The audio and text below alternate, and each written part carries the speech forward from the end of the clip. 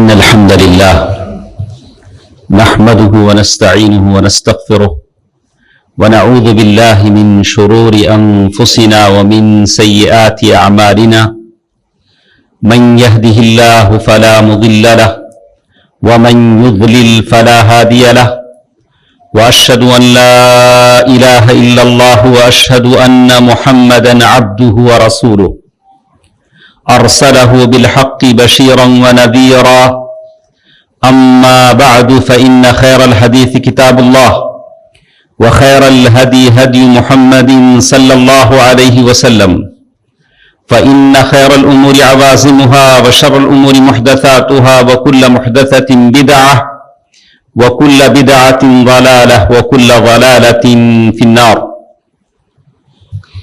فأعوذ بالله من الشيطان الرجيم بسم الله الرحمن الرحيم ومن آياته أن خلق لكم من أنفسكم أزواجا لتسكنوا إليها وجعل بينكم مودة ورحمة إن في ذلك لآيات لقوم يتفكرون. محترم حضرات و خواتین، میرے اسلامی بھائیوں اور بہنوں، چھوٹے بچوں، تمام تعریفیں اللہ تعالیٰ کے لیے ہیں جس نے اس دنیا کو بنایا، اور اللہ تعالیٰ نے قرآن مجید میں فرما دیا وَمِن كُلِّ شَيْءٍ خَلَقْنَا زَوْجَيْنِ لَعَلَّكُمْ تَذَكَّرُونَ. ہم نے ہر چیز میں سے جوڑا جوڑا بنایا ہے تاکہ تم نصیحت حاصل کرو. اور جو آیت میں نے آپ کے سامنے پڑھی ہے وہ آیت سورۃ الروم آیت نمبر 21 ہے، جس میں اللہ تعالیٰ نے فرما دیا وَمِنْ آیَاتِهِ. دنیا میں اللہ تعالیٰ کی بے شمار نشانیاں ہیں. سورج، چاند، ستارے، زمین، آسمان، یہ سب اللہ کی نشانیاں ہیں، اللہ تعالیٰ کی قدرت کی نشانیاں ہیں. اللہ نے آپ سے کہا ہے کہ کبھی آسمان کی طرف دیکھو کہیں اس میں کوئی سوراخ نظر آتا ہے، کبھی آسمان میں کبھی جھول نظر آتا ہے، تو تم بار بار دیکھو، تمہاری نظر تھک جائے گی. اللہ تعالیٰ کی اس صنعت میں، اس کارنامے میں کوئی خامی، کوئی عیب، کوئی ریمارک نظر نہیں آئے گا. یہ اللہ تعالیٰ کی بنائی ہوئی چیزیں ہیں.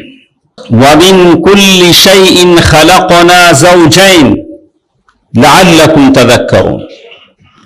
ایسے ہی ہم نے ہر چیز کا جوڑا جوڑا بنایا ہے. تمہارا جوڑا، تمہارا اور تمہاری بیوی کا جوڑا، یہ بھی اللہ کی نشانی ہے. کبھی آپ نے اسے محسوس کیا؟ کبھی آپ نے اسے سمجھا؟ کبھی جانا؟ قرآن کہتا ہے وَمِنْ آیَاتِهِ، یہ اللہ تعالیٰ کی آیتوں میں سے ہے، یہ اللہ تعالیٰ کی نشانیوں میں سے ہے، یہ اللہ تعالیٰ کی قدرت ہے. ان خلق لکم من انفسکم ازواجا، اللہ تعالیٰ نے تمہیں میں سے جوڑے بنائے، تمہیں میں سے تمہارے جوڑے بنائے. کیوں بنائے؟ کہ اس کے بغیر بھی تو کام چل سکتا تھا. جیسے آج ملحد، زندیق، فاجر، فاسق زندگی گزارتے ہیں، کہتے ہیں کہ سہ جیونم، ہم ساتھ جیتے ہیں، پتہ نہیں کیا بولتے ہیں، ہم پارٹنر ہیں، جیتے ہیں. وہ عورت ہے، میں مرد ہے، دونوں ساتھ جیتے ہیں. اسلام نے کہا کہ نہیں. اسلام نے کہا وَمِنْ آيَاتِهِ أَنْ خَلَقَ لَكُم مِّنْ أَنفُسِكُمْ أَزْوَاجًا لِتَسْكُنُوا إِلَيْهَا. اللہ نے کہا کہ تاکہ تمہارے دل کو سکون ملے. یہ جوڑے دل کے سکون کا ذریعہ ہے. وَجَعَلَ بَيْنَكُمْ مَوَدَّةً وَرَحْمَةً، اللہ نے تمہارے درمیان مودت اور رحمت پیدا کی ہے. مودت کب ہوتی ہے؟ جب جوڑے آپس میں جوان ہو، جسمانی طاقت ہو، جسمانی تقاضوں کو پورا کر سکتے ہو، تو یہ مودت کا سمندر ہے جو بہتا ہے. جب جسم اس سے عاجز آ جاتے ہیں، ایک دوسرے کی ضروریات کو پورے نہیں کر سکتے ہیں، تو یہ رحمت ہے. ایک دوسرے کو دیکھ کر آنکھیں ٹھنڈی کر لیتے ہیں، یہ میری بیوی ہے، یہ میرا شوہر ہے، گرچہ کہ وہ 80 برس کے ہوں، 100 برس کے ہوں، لیکن ان کے درمیان ایک دلی رحم، ایک رحم کا جذبہ ہوتا ہے. لاکھ دنیا والے رہیں لیکن اپنی ایک نیک پاک بیوی اور جو اس کے دکھ درد میں ساتھ دیتی ہو، اسے دیکھتا ہے تو اس کا دل ٹھنڈا ہو جاتا ہے. اس کی ساری بیماریاں دکھ درد بھول جاتا ہے۔ یہ میری شریک حیات ہے، یہ قرآن کا اسلوب ہے۔ وَجَعَلَ بَيْنَكُمْ مَوَدَّةً وَرَحْمَةً إِنَّ فِي ذَلِكَ لَآيَاتٍ۔ پھر اللہ نے کہا کہ اس میں بہت ساری نشانیاں ہیں سوچنے سمجھنے والوں کے لیے، لِقَوْمٍ يَتَفَكَّرُونَ، ان لوگوں کے لیے جو غور و فکر کرتے ہیں، جن کی عقل کام کرتی، جو مٹھوس ہیں سمجھ نہیں سکتے ہیں، جن کی عقل پہ تالے پڑے ہیں، وہ اس ازدواجی زندگی کے بھید اور اسرار کو سمجھ نہیں پاتے ہیں۔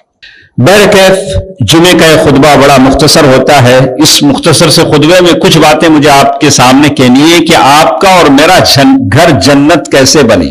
آج کے زمانے میں جب لوگ پریشان ہیں، ہر ایک کی پریشانی اپنی اپنی جگہ ہے، کس کس کو چھیڑا جائے، کس کس کی باتیں سنی جائے۔ اللہ تعالیٰ نے دو ہی اصول بتائے ہیں۔ آپ گھر کو جنت نما بنانا چاہتے ہیں، آپ گھر میں جنت کا سکون حاصل کرنا چاہتے ہیں، تو قرآن نے دو ہی بیسک بنیادی باتیں بتائی ہیں۔ سورۃ الاحزاب میں دونوں آیتیں ہیں۔ اللہ تعالیٰ نے فرمایا یا ایھا الذین آمنوا اتقوا اللہ وقولوا قولا سدیدا یصلح لکم اعمالکم ویغفر لکم ذنوبکم ومن یطع اللہ ورسولہ فقد فاز فوزا عظیما۔ اللہ تعالیٰ نے کہا کہ پہلی چیز، آپ اپنی زندگی میں کامیاب ہونا چاہتے ہیں، سعادت مند زندگی گزارنا چاہتے ہیں، تو تقوی کو اپنے گلے سے لگاؤ، زندگی میں تقوی اختیار کرو۔ اتقوا اللہ وقولوا قولا سدیدا، زبان پر سچائی ہو، بیوی سے بات کرتے ہو، بچوں سے بات کرتے ہو، زبان آپ کی سچ کہے۔ وقولوا قولا سدیدا، اس کا فائدہ کیا ہوگا؟ یصلح لکم اعمالکم، تمہارے سارے اعمال صحیح رخ پر چلیں گے، جہاں بھی جاؤ گے برکت کی تھیلی لے کر واپس آؤ، کبھی زندگی میں ناکام نہیں ہوگے، بشرطے کہ اپنے گھر میں تم نیک رہو۔ یصلح لکم اعمالکم ویغفر لکم ذنوبکم، تمہارے گناہ بخش دیے جاؤ گے، اس سے بڑھ کر کیا چاہے؟ ویغفر لکم ذنوبکم، اور آیت لمبی ہے۔ تو پہلی چیز ہم یہ بتانا چاہتے ہیں کہ تقوی یہ آپ کے گھر کو سجانے کا بہترین زینت کی چیز ہے۔ دوسری چیز جو اللہ تعالیٰ نے اسی میں کہا ہے، لقد کان لکم فی رسول اللہ اسوۃ حسنہ، اللہ کے نبی صلی اللہ علیہ وسلم کی اطاعت اور فرما برداری اسوہ حسنہ۔ اللہ کے نبی صلی اللہ علیہ وسلم نے اپنی بیوی کے ساتھ جیسے زندگی گزارا ویسے آپ گزاریں۔ یہ دونوں چیزیں، ایک تقوی ہے، دوسرا اللہ کے نبی صلی اللہ علیہ وسلم کے نقش قدم پر زندگی گزارنے کا طریقہ ہے۔ آپ آنکھ بند کر کے سوچیں، آج جیسے کچھ ہماری زندگیاں گزر رہی ہیں، کیا وہ نبی کا طریقہ ہے؟ جمعے کا خطبہ اس کے لیے کافی نہیں ہوتا۔ کچھ باتیں، میں نے ایک بہترین کتاب پڑھی تھی عربی میں، اس نے 40 باتیں لکھی کہ یہ 40 باتیں تم اپنا لو، اللہ کے نبی کی سیرت میں دیکھو تو پھر زندگی میں خوشیاں ہی خوشیاں ہیں، آپ کی زندگی خوشی ہے، جنت تو بعد میں ملے گی، دنیا کی زندگی جنت بن جائے گی انشاءاللہ۔ کیا کہا انہوں نے؟ پہلی چیز الزواج قربۃ من القربات، پہلی چیزیں بتائی کہ شادی ایک عبادت ہے۔ اسی طرح آپ اسے دیکھیں، شادی ایک عبادت ہے، اللہ تعالیٰ کی قربت کا ذریعہ ہے۔ شادی ایسا کوئی نہیں ہے، کہا کہ شادی تو عبادت ہے، جیسے کہا قل ان صلاتی ونسکی ومحیای ومماتی للہ رب العالمین لا شریک لہ وبذلک امرت۔ اور ایک حدیث میں اللہ کے نبی صلی اللہ علیہ وسلم فرمایا انما الاعمال بالنیات وانما لکل امرئ ما نوى فمن كانت ہجرته الى اللہ ورسولہ، جو بھی عمل آپ اچھی نیت کے ساتھ کرتے ہیں وہ نیکی ہے، عبادت ہے، اللہ تعالیٰ کا قربت آپ کو دیتی ہے۔ شادی جس میں آدمی اپنا پسینہ بہاتا ہے، ایک مسلمہ مومنہ قانتہ عورت سے شادی کرتا ہے، اس کا پیٹ بھرنے کے لیے کد و کاوش کرتا ہے، محنتیں کرتا ہے، اور کہا لقمۃ تضع فی فم زوجتک، ایک نوالا کھانا جو تم اپنی بیوی کو کھلاتے ہو اس پر بھی تمہیں ثواب ملے گا، اپنی ضرورت پوری کرتے ہو تو اس پر بھی ثواب ملے گا۔ تو پہلی چیز ہم اپنے سامنے رکھ رہے ہیں کہ شادی ایک عبادت ہے، اسی طریقے سے آپ دیکھیں۔ دوسری چیز حسن الاختیار، آدمی شادی کرتا ہے تو چوائس کرنے میں قرآن و حدیث کی روشنی میں دیکھے، یہ نہیں دیکھے کہ سسر کے پاس بہت زیادہ دولت ہے، لڑکی بڑی خوبصورت ہے، کہیں راستے میں ملاقات ہو گئی تھی، چلو ہم ایک دوسرے کو پسند کر لیے. شریعت کہتا ہے ایسی نہیں، بات ایسی نہیں ہے. بات ایسی ہے جیسے شریعت کی اس میں بتایا گیا کہ اللہ کے نبی صلی اللہ علیہ وسلم نے فرمایا کہ آدمی تنکح المرأة لأربعین، 4 چیزوں کے لیے عورت کو چوائس کیا جاتا ہے، جو عورت سے شادی کی جاتی ہے. لمالها ولحسبها ولجمالها ولدینها فاظفر بذات الدین تربت یداک. کبھی عورت کے پاس مال ہے تو اسے پسند کیا جاتا ہے، کبھی خاندان کے لیے، کبھی شرافت کے لیے، اور آخر میں کہا کہ دیندار عورت سے شادی کرو. دیندار عورت کا انتخاب یہ سب سے بڑی چیز ہے تاکہ آپ زندگی میں خوش رہیں، روئے نہیں، ان کے مار نہ کھائیں، بس دیندار عورت سے شادی کریں جیسے نبی نے فرمایا صلی اللہ علیہ وسلم. ویسے اللہ کے نبی صلی اللہ علیہ وسلم نے یہ بھی کہا اذا اتاکم من ترضون دینہ وخلقہ فزوجوہ والا تکن فتنۃ فی الارض وفساد عریض. اگر کوئی لڑکا ایسا آپ کے پاس رشتے کا پیغام بھیجتا ہے، آپ کی بیٹی سے شادی کرنا چاہتا ہے، جو دیندار ہے، اخلاق والا ہے، تو اپنی بچی کی شادی اس سے کرا دو. اگر ایسا نہ کرو گے تو فتنہ پھیل جائے گا. دوسری چیز اس کتاب میں بتائی گئی کہ آپ انتخاب کرنے میں کیسی لڑکی کا انتخاب کر رہے ہیں، شریعت کی روشنی میں انتخاب کریں.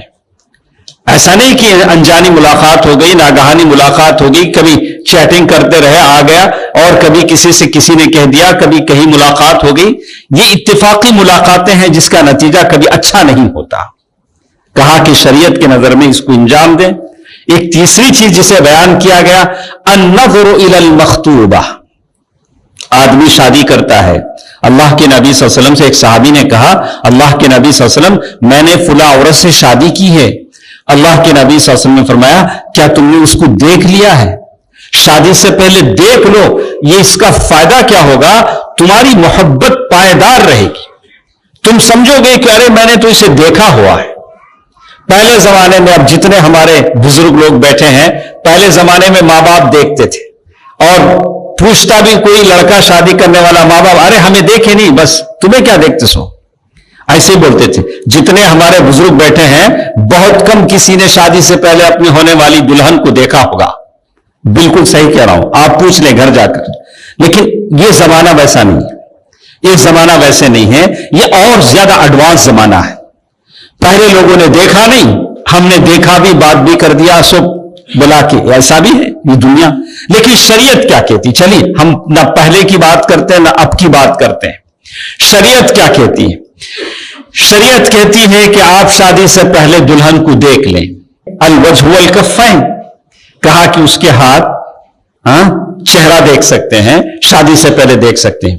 ویسے نہیں جیسے آج کل دیکھنے کے بعد بازو بازو بٹھایا جاتا ہے، ویڈیوگرافی کی جاتی ہے، اس کے بعد فونوں کا سلسلہ شروع ہو جاتا ہے. بولا کہ اس کی اجازت نہیں. اس کے بعد گھنٹوں بٹھایا جاتا ہے. ایک دوسرے کو سمجھنے کی کوشش کرو. کیا سمجھیں گے ایک دوسرے کو؟ ارے شریعت جتنی بتاتی ہے اتنا کام کریں. شریعت نے کہا کہ دیکھ لے، اس سے محبت پیدا ہوتی ہے، اس سے محبت پیدا ہوتی ہے. اور اللہ کے نبی صلی اللہ علیہ وسلم فرمایا کہ فَإِنَّ فِي أَعْيُنِ الْأَنصَارِ شَيْئًا. کسی نے انصار کی عورت سے شادی کیا تو کہا کہ دیکھو انصار کی آنکھوں میں، عورتوں کی آنکھوں میں کچھ ہے جس سے پہلے کہ تم اچھی طرح دیکھ لو. تو بات بتائی گئی سنت کے مطابق لڑکا لڑکی کو اور لڑکی لڑکے کو دیکھ لے گی تاکہ دونوں مطمئن ہو جائیں. اور یہ کہ جب دیکھا اس وقت جائے گا کہ وہ دل میں ارادہ کر لے. ایسا نہیں کہ ہر ایک کی بیٹی کو دیکھ رہے ایک طرف سے 10 15 20. بولا کہ یہ بات نہیں. آپ ارادہ کر لیں، دل میں عزم مصمم کر لیں کہ مجھے فلاں عورت سے شادی کرنا ہے، تو آپ دیکھ لیں جیسے کہا گیا. اس کے بعد ایک اور چیز جو اس میں نے کہا وجوب رضا وموافقت المخطوبہ علی الزواج. لڑکی کا راضی ہونا بہت ضروری ہے. آج جتنے ہم لوگ دیکھ رہے ہیں شادی کے 3 دن بعد 4 دن بعد کچھ دلہنیں کہتی ہیں کہ ہم ساتھ رہیں گے لیکن ایسا ہوگا کہ میں آپ سے ملنا نہیں چاہتی. بولا کہ ایسا کیوں؟ ایسا کیوں؟ اس لیے کہ وہ راضی نہیں. اچھا شادی کیوں کیا؟ باپ کی عزت بچانے کے لیے، خاندان کی شرافت کا لحاظ کرتے ہوئے میں نے مان لیا ہے، ورنہ میں دل سے راضی نہیں تھی۔ یہ بھی بڑا خطرناک مسئلہ ہے۔ خنسا بنت یزید الانصاریہ رضی اللہ تعالیٰ عنہ فرماتی ہیں کہ میرے باپ نے میری زبردستی شادی کر دی، تو میں نے اللہ کے نبی صلی اللہ علیہ وسلم کو بتایا تو اللہ کے نبی صلی اللہ علیہ وسلم نے مجھ سے میرا رشتہ ٹروا دیا، بولا کہ جائز نہیں ہے، جائز نہیں ہے کہ ایک عورت کی مرضی کے بغیر اس کی شادی ہو، مرضی خاص کر سیبہ ہو۔ خنسا بنت یزید الانصاریہ سیبہ تھی، کہا کہ جائز نہیں، عورت کی موافقت ضروری ہے، موافقت ضروری ہے، جائز نہیں ہے، اس کی مرضی کے بغیر شادی نہیں ہو سکتی۔ اس کے بعد ایک اور چیز، جو اچھے گھر، برکت والے گھر کی بات جب آتی ہے تو کہتے ہیں حسن المخالطہ، یعنی میاں اور بیوی دونوں اچھی طرح زندگی گزارے۔ اللہ کے نبی صلی اللہ علیہ وسلم نے فرمایا، حدیث میں فرمایا، اکمل المؤمنین ایمانا احسنهم خلقا، بہترین مسلمان وہ ہے جو اچھے اخلاق والے ہوں، اچھے اخلاق والے ہوں۔ وخیارکم خیارکم لنسائہم، تم میں بہترین وہ ہیں جو اپنے عورتوں کے لیے بہتر ہو۔ یعنی کہ آپ پہلی صف میں ہوں، بڑے اللہ کے ولی نظر آئیں، لیکن گھر میں جائیں تو آپ کا روپ بدل جائے، آپ کا روپ بدل جائے، بچے پریشان، بیوی پریشان۔ ہمارے مسجد میں تو ایسا نہیں رہتے، گھر میں جاتے ہیں تو بدل جاتے ہیں۔ ایسا نہیں ہونا چاہیے۔ آپ اللہ کے سامنے جیسے ہیں ویسے گھر کے ماحول میں بھی آپ ویسے رہیں، بیوی بچوں کے سلوک میں آپ ویسے رہیں، اللہ کا ڈر جیسے یہاں سجدے میں ہے ویسے گھر جا کر بھی ان کے ساتھ تعامل کرنے میں اللہ کا ڈر آپ کے دل میں ہو۔ اللہ مجھے پوچھے گا، یہ میری بیوی ہے، یہ میرے بچے ہیں، کل اللہ مجھے پوچھے گا، کلکم راع وکلکم مسئول عن رعیتہ، ان کے تعلق سے اللہ پوچھے گا وقت پر ان کو کھانا پینا دیا کہ نہیں، کیسے گھر میں ان کو بسایا، کیسی تعلیم دی، ان کی اسکول کی فیس ادا کی کہ نہیں، بچوں کی ضروریات ادا کی کہ نہیں، میں کیا جواب دوں؟ یہ احساس آپ کے دل میں ہونا چاہیے۔ یہی اخلاق ہے مومن کے۔ خیارکم خیارکم لنسائہم، اللہ تعالیٰ نے بھی قرآن میں کہا وعاشروہن بالمعروف۔ اللہ تعالیٰ نے مختصر اتنے ٹکڑے میں ساری بھید بتا دی۔ وعاشروہن بالمعروف، عورتوں کے ساتھ معروف کے ساتھ عورتوں کے ساتھ زندگی گزارو۔ معاشرہ یعنی عورت کے ساتھ جینا کرنا، جیسے ہم لوگ جینا کرنا کیسے کریں گے؟ معروف کے ساتھ۔ معروف کیا ہے؟ جیسے وہاں رواج چلتا ہے اس کے حساب سے عورتوں کے ساتھ اچھا جینا کرو۔ اس کی بہنیں جیسی جیتی ہیں، اس کے خاندان میں یا آپ کے خاندان میں جیسا جینا چلتا ہے، جیسے کپڑے پہنتے ہیں، جیسے کھاتے پیتے ہیں، جیسے رہتے ہیں، ویسے اس کے ساتھ جینا کرو۔ وعاشروہن بالمعروف وَلَهُنَّ مِثْلُ الَّذِي عَلَيْهِنَّ بِالْمَعْرُوفِ۔ اللہ تعالیٰ نے یہ بھی کہا کہ تم جیسے اپنا حق لیتے ہو ویسے بیوی کا حق دینے کی کوشش کرو۔ دونوں ایک دوسرے کا حق دیں گے تو تب زندگی کی گاڑی صحیح چلے گی۔ ایسا نہیں ہوگا کہ آپ یہ کہیں کہ میں صرف لینا جانتا ہوں، دینا نہیں جانتا، ایسا نہیں ہوگا۔ قرآن نے کہا کہ دونوں طرف سے ہو۔ ایک اور چیز جس کے بارے میں کہا الرفق سبب المعودہ، یعنی کہا کہ نرمی، آدمی نرمی، اس کی مزاج میں نرمی، جیسے حدیث میں بتایا گیا ابو بکر رضی اللہ عنہ اللہ کے نبی صلی اللہ علیہ وسلم کے سسر ہیں۔ ابو بکر رضی اللہ عنہ اپنی بیٹی کے گھر آ رہے ہیں، گھر کے باہر ہیں، دیکھا کہ گھر میں آوازیں آ رہی۔ کس کا گھر ہے؟ اللہ کے نبی کا گھر ہے، اللہ کے نبی کا گھر ہے۔ اللہ کے نبی کے گھر سے بیٹی کی آواز، بلند آواز آ رہی۔ باپ نے جیسے ہی سنا، ثانی اثنین، اللہ کے نبی صلی اللہ علیہ وسلم نے جن سے سب سے زیادہ محبت کی گھر میں آئے، آ کر بیٹی سے کہا، پہلے تو یہ کہا یا بنت ام رومان، یہ نہیں کہا کہ میری بیٹی، کیا بولا؟ یا بنت ام رومان، ام رومان کی بیٹی۔ جیسے کبھی ہم لوگ کیا کرتے ہیں، ہمارے بچے اچھا کرے تو میرا بیٹا، خراب کرے تو گھر والی کو، دیکھو جی تمہارا بیٹا کیا کرتا ہے۔ ابو بکر رضی اللہ تعالیٰ عنہ نے بھی کہا، وہ بول سکتے تھے کہ اے ابو بکر کی بیٹی تو کیا کر رہی؟ انہوں نے کہا کہ یبنت ام رومان کی بیٹی، اللہ کے نبی کی آواز سے تیری آواز بڑی ہوئی، کیا بات ہے؟ کیا بات ہے کہ تیری آواز اونچی ہے؟ اور ابو بکر صدیق رضی اللہ عنہ فوراً بیٹی کو، باپ ہے، ادب سکھانے کے لیے کبھی ہاتھ اٹھ جاتا ہے، تو درمیان میں اللہ کے نبی صلی اللہ علیہ وسلم آ گئے، باپ بیٹی کو باپ سے بچا لیا، اور ابو بکر رضی اللہ عنہ باہر نکل گئے، تو پھر ام المؤمنین عائشہ رضی اللہ تعالی عنہ کے پاس گئے، بولے دیکھا میں نے کیسا تم کو اس آدمی سے بچا لیا؟ بولا دیکھا میں نے کیسے بچا لیا؟ پھر 1 گھنٹے بعد، 1 دن بعد ابو بکر آئے ہیں تو اندر سے ہنسیوں کی آواز آ رہی، خوشیوں کی آواز آ رہی، تو ابو بکر نے کہا تم لوگوں نے کل اپنی جنگ میں مجھے شامل کیا تھا، اپنی خوشی میں بھی مجھے شامل کر دو۔ تو گھر کے قصے ایسے ہوتے ہیں۔ تو شریعت بتاتی ہے کہ کبھی آدمی کو اپنے اللہ کے نبی صلی اللہ علیہ وسلم کا اسلوب دیکھیے کہ کیسے اللہ کے نبی صلی اللہ علیہ وسلم نے ام المؤمنین عائشہ رضی اللہ تعالی عنہا کے ساتھ سلوک کیا۔ ایسا نہیں کہ آواز بلند ہوئی تو ادھر سے مار توڑ ایسی چیزیں، یہ اللہ کے نبی کا طریقہ نہیں تھا۔ چلیے ہم آپ کو بتاتے ہیں صحابہ رسول النصح بین الزوجین، کہ میاں بیوی ایک دوسرے کا بھلا چاہیں۔ کیسے؟ لقید بن صبرہ رضی اللہ عنہ اللہ کے نبی صلی اللہ علیہ وسلم کے پاس آتے ہیں، آ کر بولتے ہیں اللہ کے نبی صلی اللہ علیہ وسلم میری بیوی کی زبان لمبی ہے۔ کیا مطلب؟ زبان لمبی ہونا کیا مطلب ہے؟ آپ لوگ جانتے ہیں، اللہ سب کو حسن و عافیت میں رکھے، تو زبان لمبی ہے، اور سلیط اللسان، وہ بہت بولتی ہے، اس کی زبان سے مجھے تکلیف ہوتی ہے۔ تو اللہ کے نبی صلی اللہ علیہ وسلم نے فرمایا کہ اچھا ایسا کرو، طلاق دے دو، طلاق دے دو، اگر تم برداشت نہیں کر سکتے ہو تو طلاق دے دو۔ تو صحابی رسول نے کہا اللہ کے نبی لہا صحبت وولد، اللہ کے نبی اتنے سال ہم دونوں ساتھ رہے ہیں اور اس سے میرے بچے بھی، کیا کروں؟ کہا صبر کرو، اسے نصیحت کرو، صبر کرو۔ رشتے محبت پر زیادہ نہیں چلتے ہیں، ملاحظات پر چلتے ہیں۔ جیسے آپ نے سنا تھا نا ایک آدمی کے بارے میں، وہ حضرت عمر رضی اللہ تعالیٰ عنہ کے زمانے کا قصہ تھا، وہ اپنی بیوی سے بار بار بولتے اجی قسم سے بولو تمہیں مجھے دل سے چاہتے نہیں، 1 بار بولے، 2 بار بولے، تیسری بار قسم دلا کے بولے۔ اب عورت بھی کیا کرتی بیچاری، بولے دیکھو جی تمہیں بار بار پوچھتے ہیں، اب قسم دلا کو بولتے ہیں، میں بھی قسم کھا کر کہتی ہوں کہ میں دل سے آپ کو نہیں چاہتی۔ تو اسی لیے زیادہ ایسا نہیں پوچھنا چاہیے۔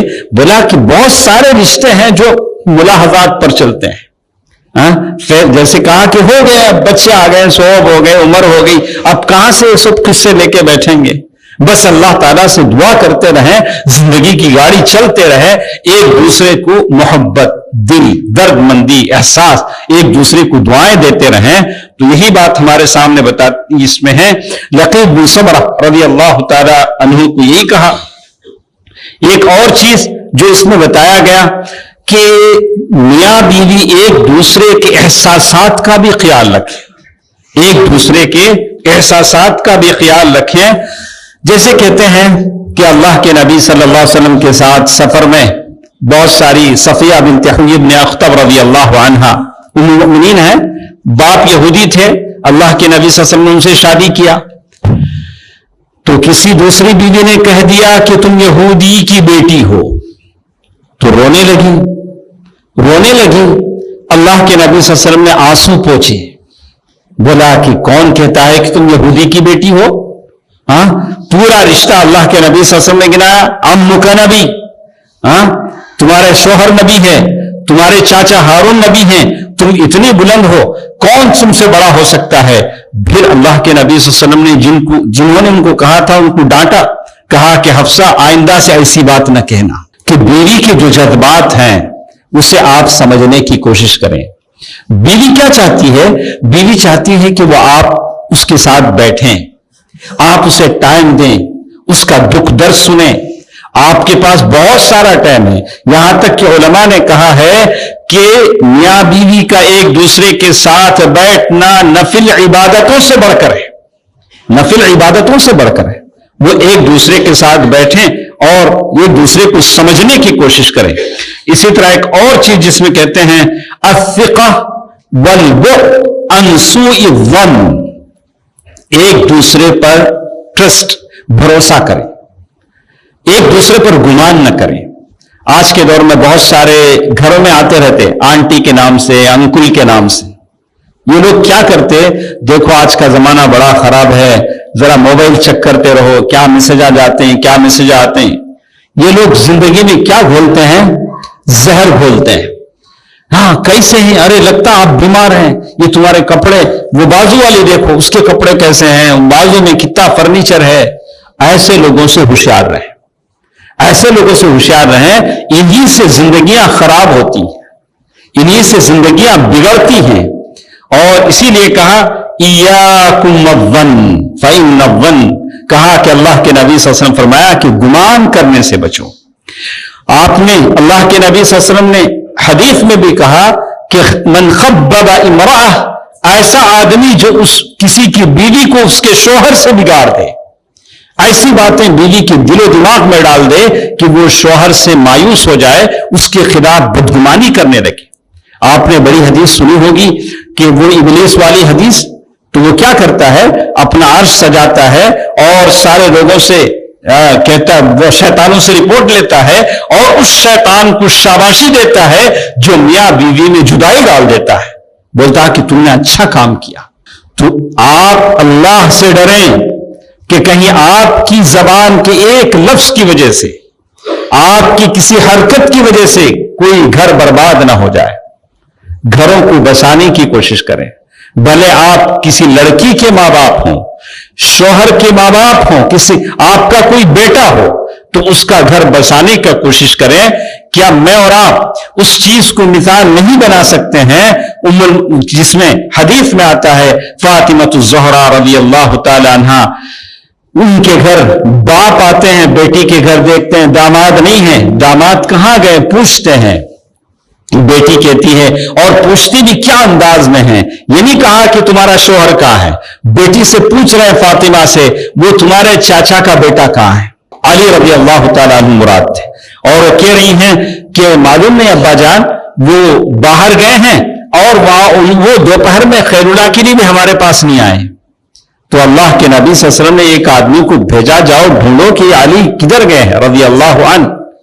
بعد میں پتا چلا کہ مسجد میں ہیں، تو مسجد میں آئے، سو رہے ہیں اور مٹی والی زمین ہے، جسم پر مٹی لگی ہوئی ہے. اللہ کے نبی صلی اللہ علیہ وسلم بڑے پیار سے سسر داماد کو اٹھا رہے ہیں، کہہ رہے ہیں قم یا ابا تراب، ابا تراب اٹھو. بڑے پیار سے سمجھا کر گھر لا رہے ہیں. یہ سسر ہے، داماد ہے، یہ رشتے ہیں جن سے محبت جھلکتی ہے.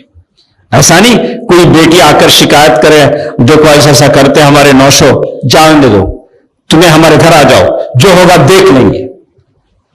سالوں سال، 5 سال، 10 سال بیٹیاں گھر بیٹھی ہیں، نہ باپ کو احساس ہے نہ ماں کو احساس ہے. کتنے سال تم جیو گے؟ کوئی گارنٹی لیٹر تمہارے پاس ہے؟ ماں باپ بن کر کتنے سال اپنی بیٹی کی حفاظت کرو گے؟ کتنے سال اپنے بیٹے کو اپنے گھر رکھو گے؟ گھر بنانے کی فکر کریں، جس سے آپ اللہ تعالیٰ کے پاس ماجور ہوں گے.